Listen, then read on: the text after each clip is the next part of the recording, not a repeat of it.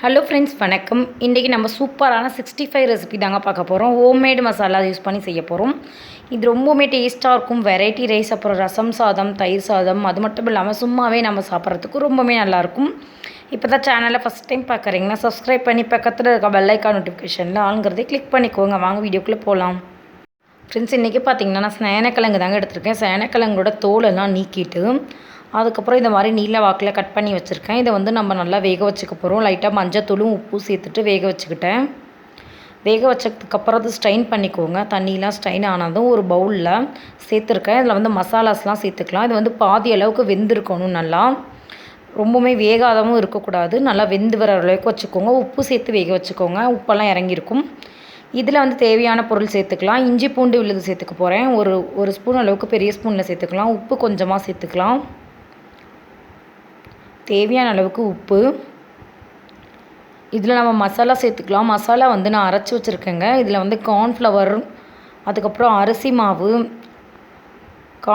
அரிசி மாவு, அதுக்கப்புறம் கடலை மாவு, சில்லி பவுடர், இதெல்லாம் சேர்த்து மிக்சியில் வந்து ஒரு சுற்றி வச்சுக்கோங்க. அதில் வந்து கொஞ்சமாக கஸ்தூரி மேத்தி போட்டு கலந்து வச்சுருக்கேன். ரொம்பவுமே வாசமாக நல்லாயிருக்கும்.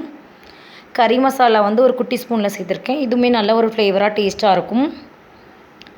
காஷ்மீரி மிளகாய்த்தூள் கலர் கொடுக்கறதுக்காக இது சேர்த்துக்கலாம். இதெல்லாமே சேர்த்துட்டு நம்ம மிக்ஸ் பண்ணிக்க போகிறோம்.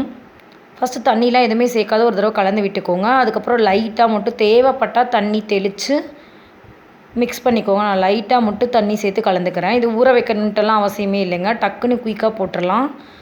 இது போல் நல்லா கலந்து விட்டுருங்க. உப்பு மட்டும் சேர்த்து வேக வச்சுக்கோங்க பாதி அளவுக்கு. ஏன்னா உப்பு நல்லா இறங்கியிருக்கும் அதில். இந்த அளவுக்கு நல்லா கலந்த மேலே நம்ம ஆயில் வந்து ஹீட் பண்ணிக்கலாம். நம்ம இன்றைக்கி டீப் ஃப்ரை பண்ண போகிறதில்ல, ஷாலோ ஃப்ரை மெத்தடில் தான் பண்ண போகிறோம். இந்த மெத்தடில் செய்யும் போது குறைவான ஆயில் தாங்க பிடிக்கும். ரொம்பவுமே எண்ணெய் பிடிக்காது. நான் பார்த்திங்கன்னா ரொம்பவுமே குறைவான ஆயில் தான் சேர்த்துருக்கேன். ஒரு ஸ்பூன் அளவுக்கு ஆயில் சேர்த்துட்டு ஆயில் நல்லா ஹீட் ஆகிடுச்சு. பார்த்திங்கன்னாவே தெரியும் ஆயில் வந்து கொஞ்சமாக தான் இருக்குது. இதில் அப்படியே நம்ம எடுத்து உள்ளே சேர்த்துடலாங்க. இதில் வந்து அப்படியே அள்ளி சேர்த்துட்டேன். இந்த மாதிரி மெத்தடில் செய்யும்போது நம்மளுக்கு குயிக்காகவும் ஒர்க்கும் ஆகிடும். குயிக்காக வெந்து வந்துடும். எண்ணெய் செலவும் கொஞ்சமாக தான் பிடிக்கும். டேஸ்ட்டும் ரொம்பவுமே சூப்பராக இருக்கும். இது போல் உள்ளே நான் சேர்த்துக்கிட்டேங்க. கடாய் எடை பறிக்கிற அளவுக்கு சேர்த்துட்டு நல்லா அதை வந்து கலந்து விட போகிறேன். நல்லா திருப்பி விட்டு வேக வைக்க போகிறேன். நல்லா கிறிஸ்பி ஆகிற வரைக்கும். பார்த்திங்கன்னா தெரியும் நல்லா கலராக சூப்பராக வந்திருக்கு. பார்க்கும் போதே சாப்பிட்ணுன்ட்டு இருக்க மாதிரி வந்திருக்கு. ரொம்பவுமே கலர்ஃபுல்லாக இருக்குது. காஷ்மீரி சில்லி சேர்த்தங்காட்டி இது போல் நல்லா வெந்து வருங்க. எல்லாமே அந்த ரெட் கலராக நல்லா கிறிஸ்பியாக ஆகிற வரைக்கும் திருப்பி போட்டு வேக வச்சுக்க போகிறோம். அப்பப்போ இடையில வந்து நம்ம திருப்பி விட்டுட்ருக்கணும். இது மட்டும் தான் நம்ம செய்யணும். நல்லா கிறிஸ்பி ஆனவனே வந்து எடுத்துடலாம்.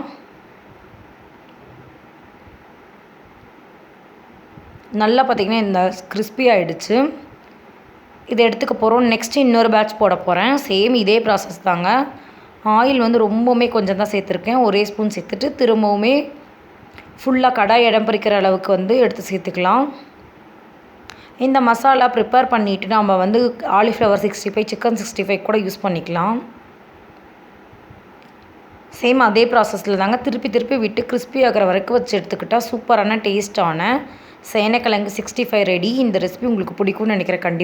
கண்டிப்பாக ட்ரை பண்ணி பாருங்கள். ரொம்பவுமே டேஸ்ட்டாக கிறிஸ்பியாக சூப்பராக ரெடி ஆகிடுச்சு. ரொம்பவுமே டேஸ்ட்டாக இருந்ததுங்க. இந்த வீடியோ பிடிச்சா லைக், ஷேர், கமெண்ட் பண்ணிக்கோங்க. இன்னொரு இன்ட்ரெஸ்டிங்கான வீடியோ இல்லைனா ரெசிபியில் பார்க்கலாம். தேங்க்ஸ் ஃபார் வாட்சிங். Bye friends. இன்னொரு இன்ட்ரெஸ்டிங்கான வீடியோவில் பார்க்கலாம்.